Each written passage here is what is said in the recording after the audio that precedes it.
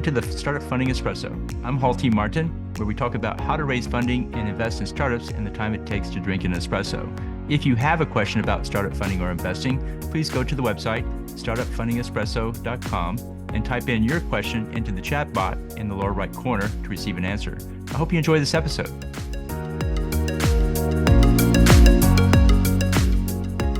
Hello, this is Hall T. Martin with the Startup Funding Espresso, your daily shot at startup funding and investing.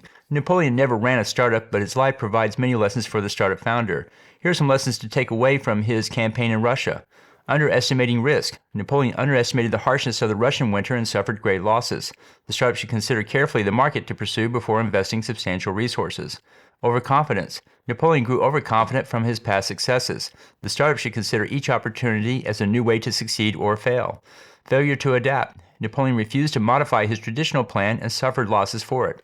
The startup should adapt to the market conditions and make changes to optimize the team for each stage. Failing to take timing into account. Napoleon refused to retreat from Russia and suffered for it.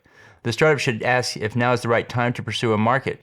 Overextending. Napoleon overextended himself in attacking Russia.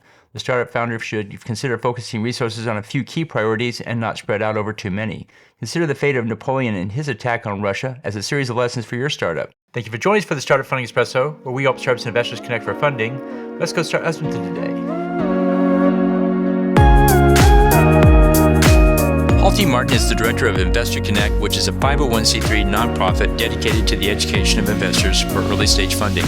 All opinions expressed by Hall and podcast guests are solely their own opinions and do not reflect the opinion of Investor Connect. This podcast is for informational purposes only and should not be relied upon as a basis for investment decisions.